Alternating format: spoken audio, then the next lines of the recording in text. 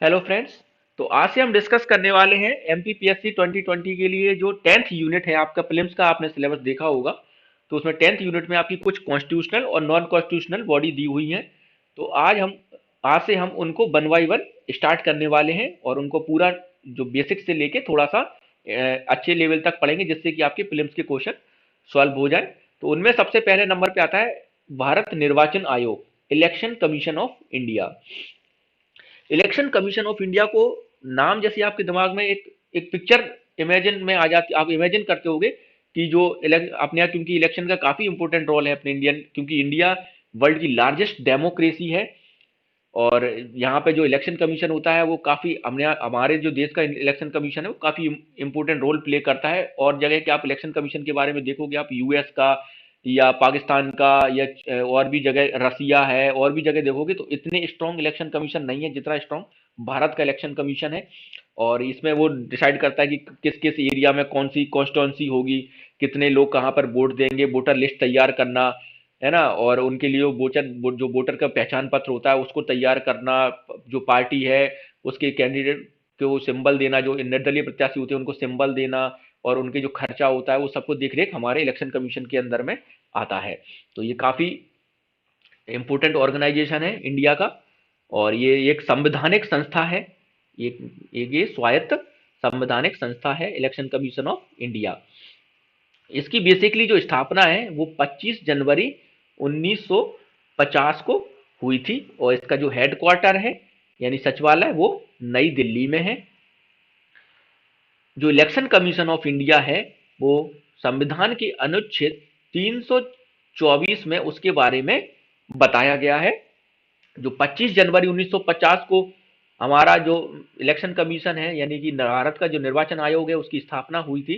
तो 2011 से जो 25 जनवरी है, 25 जनवरी को राष्ट्रीय मतदान दिवस यानी नेशनल वोटर डे के रूप में हमने सेलिब्रेट करना स्टार्ट कर दिया है।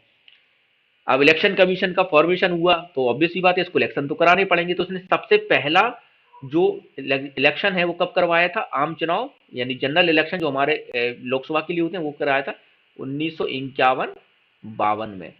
जो फर्स्ट जनरल इलेक्शन यानी प्रथम आम चुनाव 1951-52 में हमारे इलेक्शन कमीशन ने करवाया था। 324 में हमने देखा कि 324 में इलेक्शन कमीशन ऑफ इंडिया के बारे में बताया कि election commission of India 324 article में आता है।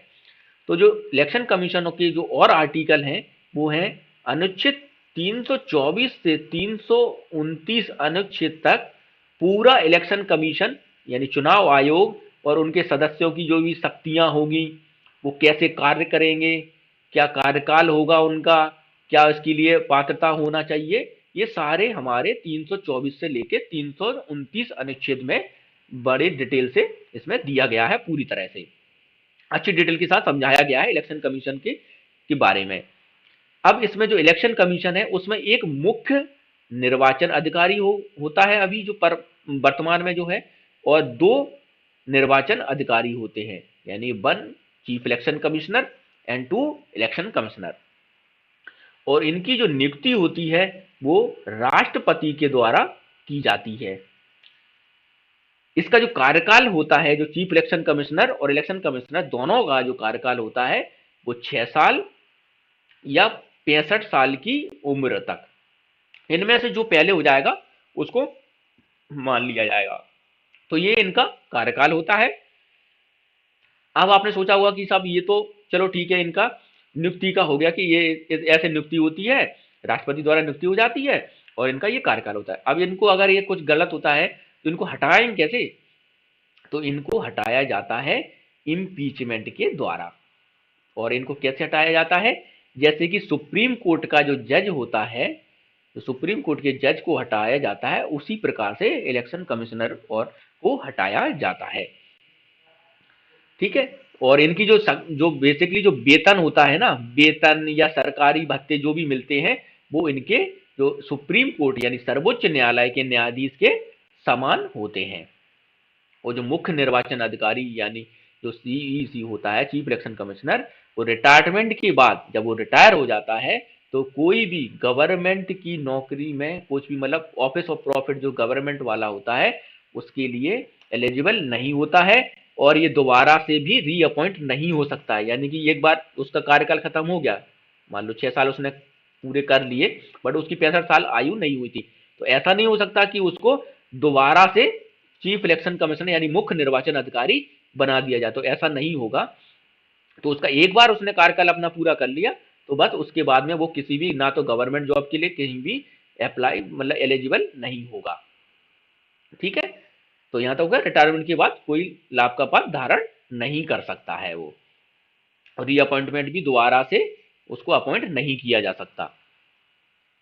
भारत के जो निर्वाचन आयोग है उसके जो मुख्य निर्वाचन अधिकारी, इसको संसद में महाभियोग के द्वारा उसको हटाया जा सकता है, जैसे कि सुप्रीम कोर्ट के जज को भी इसी तरह से हटाया जा सकता है।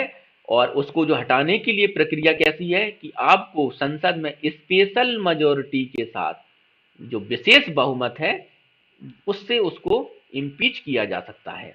अब स्पेशल आपने सारी जब आपने पॉलिटी पढ़ी होगी तो आपको पता होगा कि ये सिंपल मेजोरिटी क्या होती है, स्पेशल मेजोरिटी क्या होती है, एब्सोल्यूट मेजोरिटी क्या होती है, ये सारी चीजें आपने पढ़ी हैं आई होप, और मैं ये मान के भी चल रहा हूँ कि आपने ये सब कुछ पढ़ा है। तो जो स्पेशल मेजोरिटी होती है इसके बारे में थोड़ा सा मैं आपको बता देता हूँ। स्पेशल मेजोरिटी में जो 2/3 ऑफ प्रेजेंट एंड वोटिंग, ये होती है हमारी स्पेशल मेजोरिटी, बट उसमें जो प्रेजेंट होती है ना वो कम से कम 50%, तो जो टोटल स्ट्रेंथ है लोकसभा या राज्यसभा जो भी है उसकी उसके 50% से ज़्यादा लोग कम से कम उपस्थित होना चाहिए संसद में। तो उसको इस तरह से जो मुख्य निर्वाचन अधिकारी है उनको हटाया जा सकता है। बट जो और अन्य सदस्य होते हैं, जो 2 और सदस्य होते हैं जो निर्वाचन अधिकारी होते हैं, उनको राष्ट्रपति के द्वारा जो मुख्य निर्वाचन अधिकारी से सलाह करके, मुख्य निर्वाचन अधिकारी सलाह करके राष्ट्रपति के द्वारा हटाया जा सकता है। अब इसके बारे में थोड़ा सा एक हिस्टोरिकल बैकग्राउंड भी हम देख लेते हैं कि ये कहां से आया, किस टाइप की पहले प्रक्रिया कैसी हुआ करती थी हमारे चुनाव आयोग की, उसके बारे में भी थोड़ा सा हम देख लेते हैं कि जो शुरुआत में क्या था कि सिर्फ एक चुनाव आयुक्त हुआ करता था। जो अभी प्रेजेंट में 3 होती है ना, दो दो हमारे मतलब होते हैं कि नॉर्मल निर्वाचन अधिकारी होते हैं, एक मुख्य निर्वाचन होता है। तो उस टाइम पे ऐसा नहीं था, तो शुरुआत में सिर्फ एक चुनाव आयुक्त हुआ करता था।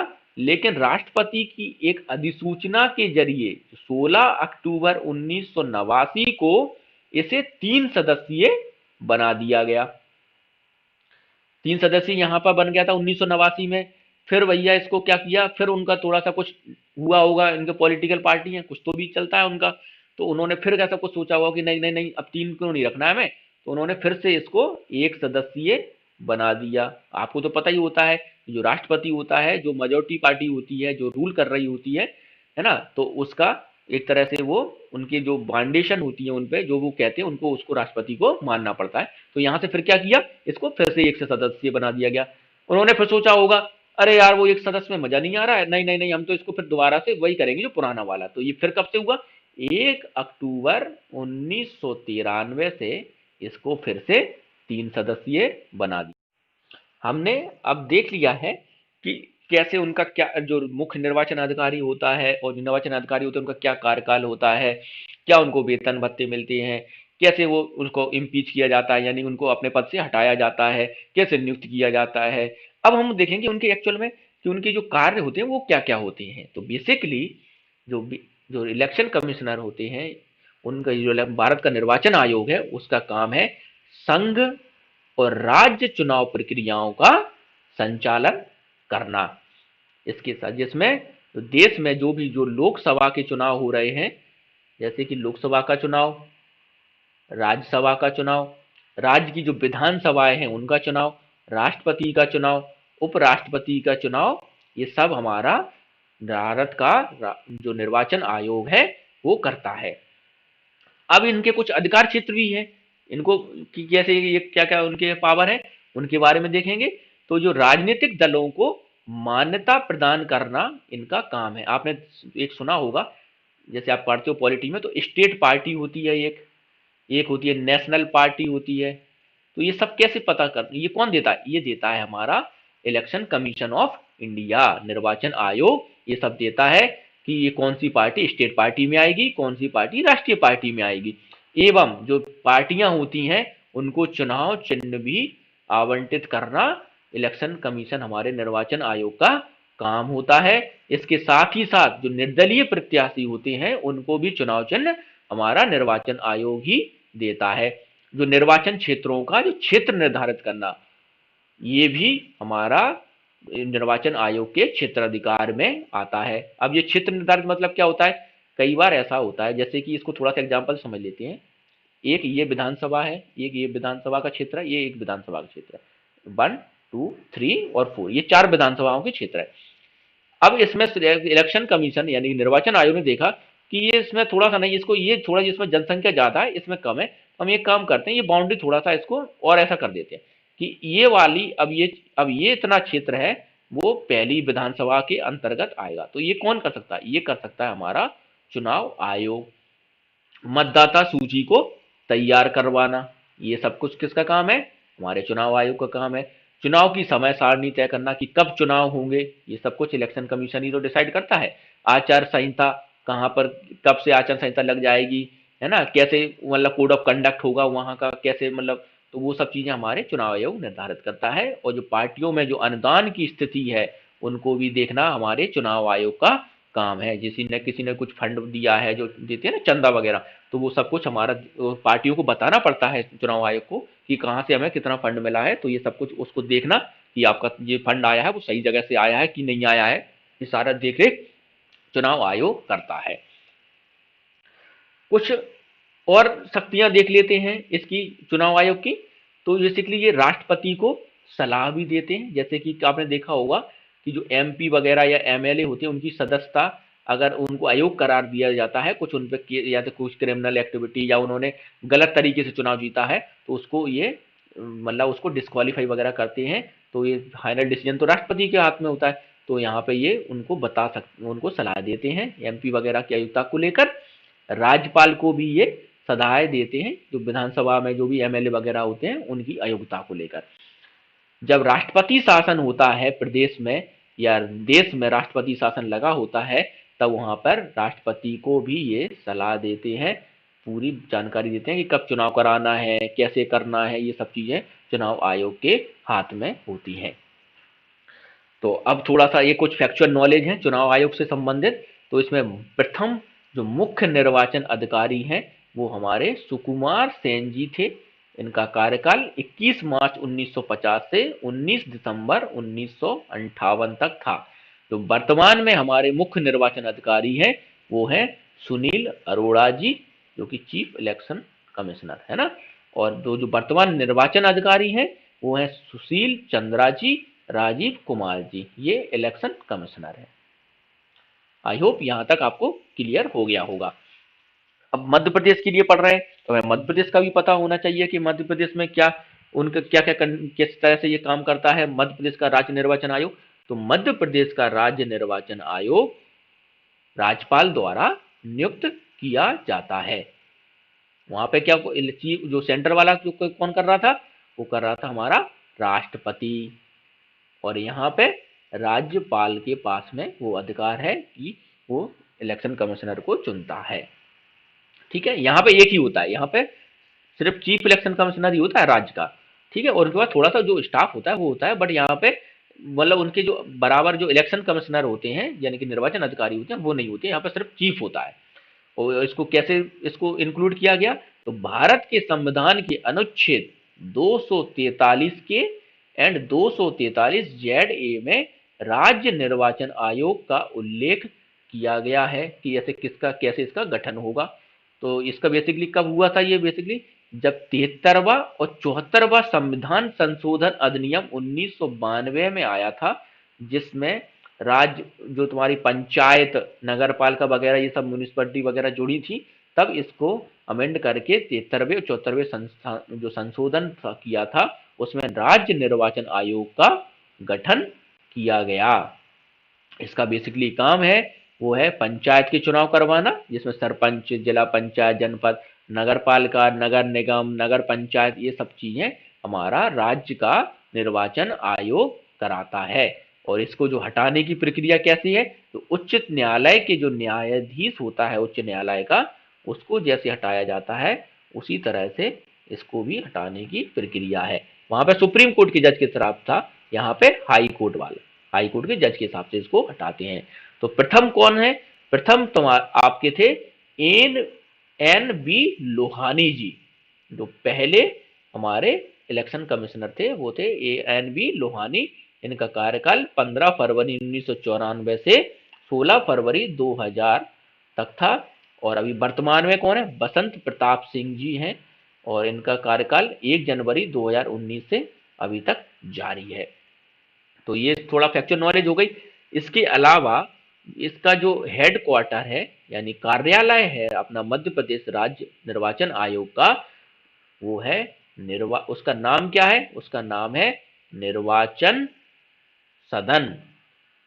निर्वाचन सदन उसका नाम है, और ये कहाँ है? Arera hills, Arera hills Bhopal. ये आपको थोड़ा सा याद रखना है, इंपोर्टेंट फैक्ट है ये, कि राज्य निर्वाचन आयोग का जो हेडक्वार्टर है वो अरेरा हिल्स भोपाल में है। उस बिल्डिंग को क्या कहते हैं? निर्वाचन सदन। ठीक है। नेक्स्ट हमारी जो बॉडी है वो है यूपीएससी, संघ लोक सेवा आयोग। ये भी एक संवैधानिक संस्था है, ये संवैधानिक संस्था है, और ये केंद्रीय भर्ती एजेंसी है, जहां पे आप जो आईएएस आईपीएस बनते हैं ना आप लोग, तो वो यही है। तो यूपीएससी के द्वारा ही वो एग्जाम कंडक्ट कराया जाता है। तो केंद्रीय भर्ती एजेंसी है। जो संघ लोक सेवा आयोग या राज्य लोक सेवा आयोग, इसका जो उल्लेख है वो भारतीय संविधान के पार्ट 14 के अनुच्छेद 315 से 323 में बहुत अच्छी डिटेल में किया गया है। इसमें कि जो अध्यक्ष होंगे, कितने सदस्य होंगे, और उनकी जो नियुक्ति है वो राष्ट्रपति के द्वारा की जाती है। इसमें से जो आधे सदस्य होते हैं यानी हाफ सदस्य होते हैं, उनको कम से कम 10 साल का अनुभव होना चाहिए केंद्र की नौकरी में या राज्य सरकार की नौकरी में, तो वो इसके लिए सदस्य बनने के लिए एलिजिबल हो जाते हैं यूपीएससी में। ठीक है। उनका जो कार्यकाल होता है जो अध्यक्ष का, या जो अध्यक्ष नहीं है यानी सदस्य, उनका कितना होता है? 6 साल या 65 साल की उम्र तक, इनमें से जो पहले हो जाए ये उनका कार्यकाल होता है। और उनको जो वेतन दिया जाता है वो दिया जाता है कंसोलिडेटेड फंड ऑफ इंडिया से। ये बहुत इंपॉर्टेंट क्वेश्चन, मतलब ये फैक्ट है, इसको आप याद रखना कि इनको सैलरी कहां से दी जाती है। यूपीएससी कई बार पूछा गया है। और जो अध्यक्ष होता है यूपीएससी का, वो रिटायरमेंट के बाद सरकार में किसी अन्य नौकरी के लिए पात्र नहीं होता है। जैसे कि चीफ इलेक्शन कमिश्नर था, मुख्य निर्वाचन अधिकारी के साथ भी यही थी। तो इसमें भी जो अध्यक्ष होता है वो नौकरी नहीं कर सकता यहाँ से रिटायरमेंट के बाद। लेकिन जो यूपीएससी का जो सदस्य होता है वो यूपीएससी में या राज्य लोक सेवा आयोग में अध्यक्ष बनने के लिए पात्र होता है। यानी कि जो यूपीएससी का सदस्य है वो यूपीएससी का अध्यक्ष बन सकता है, या राज्य लोक सेवा आयोग है उसका भी अध्यक्ष बन सकता है। लेकिन जो केंद्र और राज्य सरकार की किसी भी अन्य मतलब जो सरकारी संस्था है उनमें उसको नौकरी नहीं दी जा सकती, उसके लिए वो पात्र नहीं होगा। तो यूपीएससी है उसको प्रत्येक वर्ष राष्ट्रपति के समक्ष अपनी रिपोर्ट प्रस्तुत करना होता है कि आपने इस साल क्या क्या किया, कैसे कैसे रिक्रूटमेंट करे, क्या क्या प्रोसीजर था, कैसे आप लोग काम कर रहे हैं। ये सारी रिपोर्ट उसको राष्ट्रपति के समक्ष सौंपनी होती है, और राष्ट्रपति इसी रिपोर्ट को सदन के दोनों हाउसेस में यानी दोनों पटल पे प्रस्तुत करता है, जिससे कि पता चले देश को कि यूपीएससी कैसे कैसे काम कर रही है। तो इसको दोनों हाउसेस में, सदन के उसमें राष्ट्रपति इस रिपोर्ट को प्रस्तुत करता है, जिससे कि विपक्ष को भी पता चले और पक्ष को भी पता चले, जो भी हमारे माननीय सांसद हैं उनको पता चले, और देश में क्लियरिटी के साथ एक पता चले कि यूपीएससी कैसे काम कर रही है। अब इसमें देखेंगे हम कि जो प्रथम अध्यक्ष कौन थे। तो प्रथम अध्यक्ष थे सर रोज वॉरकर जी, जो कि 1926 से 1932 तक यूपीएससी के अध्यक्ष रहे। प्रथम महिला रोज मिलियन बैथ्यू जी थी, जो कि प्रथम महिला अध्यक्ष थी। और वर्तमान में प्रदीप कुमार जोशी जी यूपीएससी के चेयरमैन यानी अध्यक्ष हैं।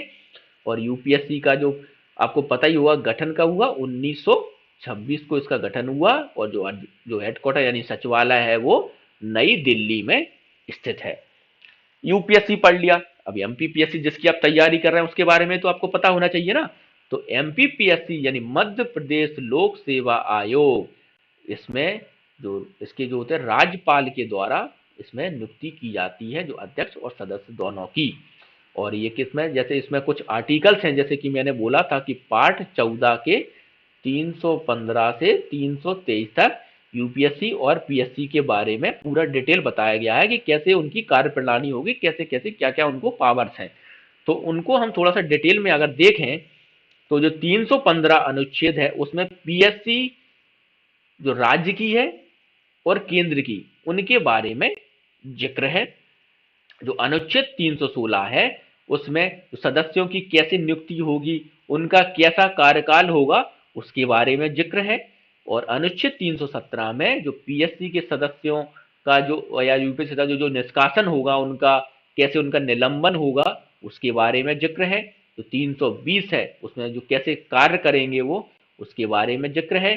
और जो आर्टिकल 323 है उसमें जो पीएससी जो रिपोर्ट्स वगैरह देती है उसके बारे में जिक्र है, क्योंकि इसमें भी तो इसको रिपोर्ट बना के विधानसभा में प्रस्तुत करना पड़ता है। ये पहले ये वाली रिपोर्ट को जो मध्य प्रदेश लोक सेवा आयोग है वो राज्यपाल को देंगे, राज्यपाल विधानसभा में इस रिपोर्ट को प्रस्तुत करेगी, कैसे हमारी आयोग है वो काम कर रहा है, किस तरह से रिक्रूटमेंट वो कर रहा है। ये सारी चीजें विधानसभा के पटल पे रखी जाती हैं, ठीक है। और इसमें जो कार्यकाल इन्हें, लेकिन इसमें क्या हो रहा है, जो पीएससी में नियुक्ति कौन कौन कर रहा है, नियुक्ति कर रहा है राज्यपाल, बट हटा कौन रहा है, हटा रहा है राष्ट्रपति। ये फैक्ट बहुत इंपॉर्टेंट है, आप याद रखना कि नियुक्ति तो की जाती है मध्य प्रदेश लोक सेवा यानी जो राज्य के लोक सेवा आयोग है उनमें जो नियुक्ति की जाती है राज्यपाल के द्वारा, बट उसको जो हटाया जाता है वो राष्ट्रपति के द्वारा जाता है,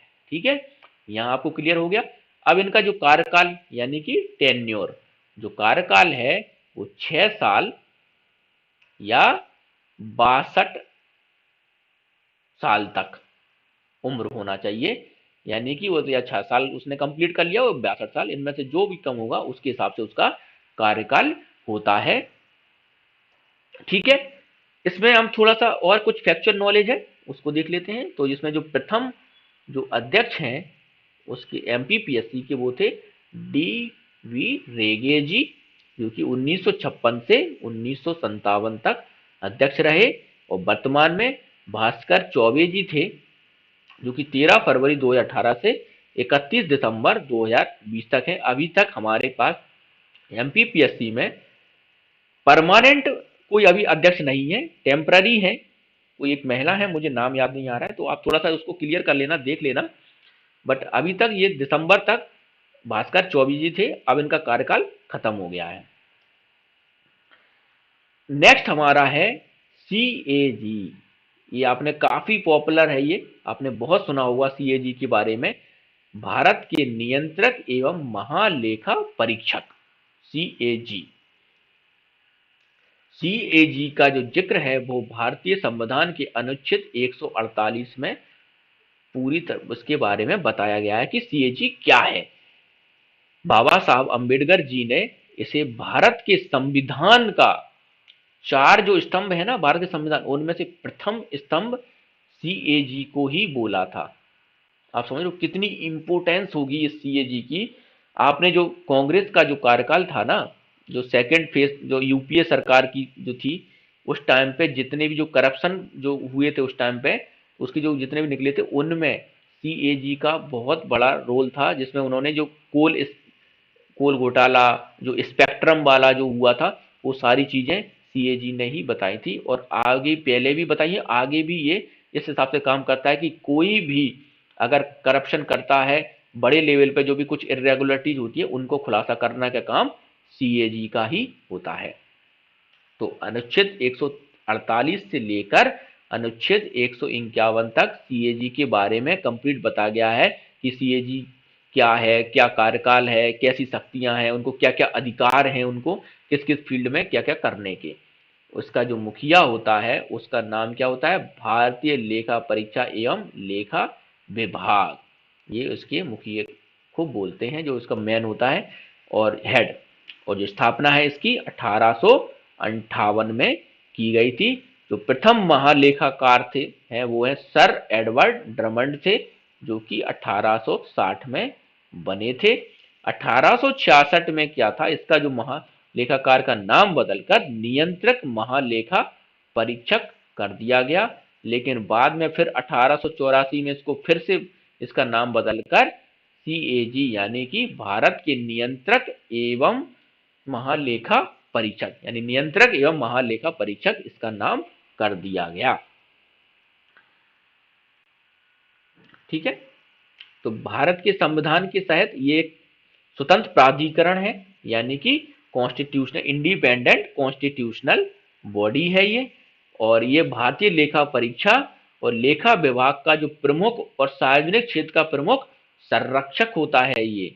और इस संस्था के माध्यम से संसद और राज्य विधानसभाओं के लिए जो सरकार और जो अन्य सार्वजनिक जो प्राधिकरण होते हैं, जैसे कि जो सार्वजनिक धन खर्च जो सरकार करती है, किस तरह से वो कर रही है क्या नहीं कर रही है, उसकी जो जवाबदेही है वो कौन सुनिश्चित करता है, सीएजी सुनिश्चित करता है। और ये जो जानकारी होती है उसको जन साधारण को दी जाती है, यानी जो आम जनता है उसको पहुंचाई जाती है कि जो खर्चा किया जा रहा है वो सही तरह से सरकार के द्वारा किया जा रहा है या नहीं किया जा रहा है, उसको प्लेटफॉर्म पे डाला जाता है जिससे कि आम जनता को पता चल सके। ये सब कितना मतलब ये सारा काम सीएजी का होता है। इसमें हम थोड़ा सा आप डिटेल में पढ़ लेते हैं उनके आर्टिकल्स के बारे में कि किस आर्टिकल में क्या है। तो अनुच्छेद 148 में सीएजी की नियुक्ति, शपथ और जो सेवा की जो शर्तें होती हैं उन सब के बारे में बताया गया है। आर्टिकल 149 में तो सीएजी के कर्तव्य हैं, उनकी जो शक्तियां हैं उनको उसमें डिफाइन किया गया है। आर्टिकल 150 में संघ और राज्यों को जो खाते का विवरण है राष्ट्रपति के अनुसार, जिसमें जो राष्ट्रपति सीएजी से सलाह लेता है वो सारी चीजें आर्टिकल 150 के अंतर्गत आती हैं। तो आर्टिकल 151 है, उसमें जो संघ के यानी जो सेंट्रल गवर्नमेंट है उसकी जो खातों से संबंधित जो सीएजी है वो अपनी रिपोर्ट राष्ट्रपति को सौंपता है। और इस रिपोर्ट को जो राष्ट्रपति है तो प्रत्येक सदन के यानी जो दोनों सदन है लोकसभा और राज्यसभा उसमें इस रिपोर्ट को रखते हैं कि कैसे कैसे सरकार कैसे जो खर्च होते कर रही है चीजों को, फंड को कैसे कर रही है, सारी चीजें सीएजी रिपोर्ट बनाएगा, राष्ट्रपति को देगा, राष्ट्रपति हमारे संसद में प्रस्तुत करेंगे उस रिपोर्ट को। इसमें जो सीएजी होता है उसका जो कार्यकाल है वो 6 साल या 65 साल, जो पहले हो जाए वो इनका कार्यकाल होता है। और इसका जो रिमूवल होता है यानी निष्कासन होता है वो सर्वोच्च न्यायालय यानी कि सुप्रीम कोर्ट के जो जज होते हैं उनके समान ही इनको हटाया जा सकता है, यानी कि स्पेशल मेजॉरिटी चाहिए सीएजी को हटाने के लिए। जो हमारे प्रथम जो सीएजी थे भारत के वो थे वी नरहरि राव जी, जो कि 1948 से 1954 तक सीएजी रहे। और वर्तमान में जो कि 14वें सीएजी हैं वो हैं गिरीश चंद्र मुर्मू जी, जो कि 2020 में इनकी नियुक्ति हुई है और अभी तक ये है। तो यहां तक आपको क्लियर हो गया होगा, इसमें हमने कुछ जो संवैधानिक संस्थाएं हैं उनके बारे में देखा है। अब आगे भी जब हम लेक्चर लेके आएंगे तो उनमें भी जो भी संवैधानिक या जो भी सिलेबस में दी हुई जो भी बॉडीज हैं उनके बारे में हम 1 बाय 1 और डिस्कस करेंगे और अच्छे से डिस्कस करेंगे। और अगर आपको ये वीडियो पसंद आया तो आप हमारे चैनल को जरूर ज्वाइन करिए, द ज्ञानी आईएएस सब्सक्राइब कर लीजिए उसको। और आपको कोई क्वेरी है तो आप हमारी जो नीचे दिया हुआ ईमेल एड्रेस है उस पर आप हमसे पूछ सकते हैं आपकी जो भी क्वेरी है। और इसी तरह से आप हमारे साथ जुड़े रहिए और हमें मोटिवेट करिए जिससे हम आपके लिए अच्छे से अच्छे वीडियो बनाकर लेकर आ सकें। तो आज के लिए बस इतना ही है। Thank you, good bye.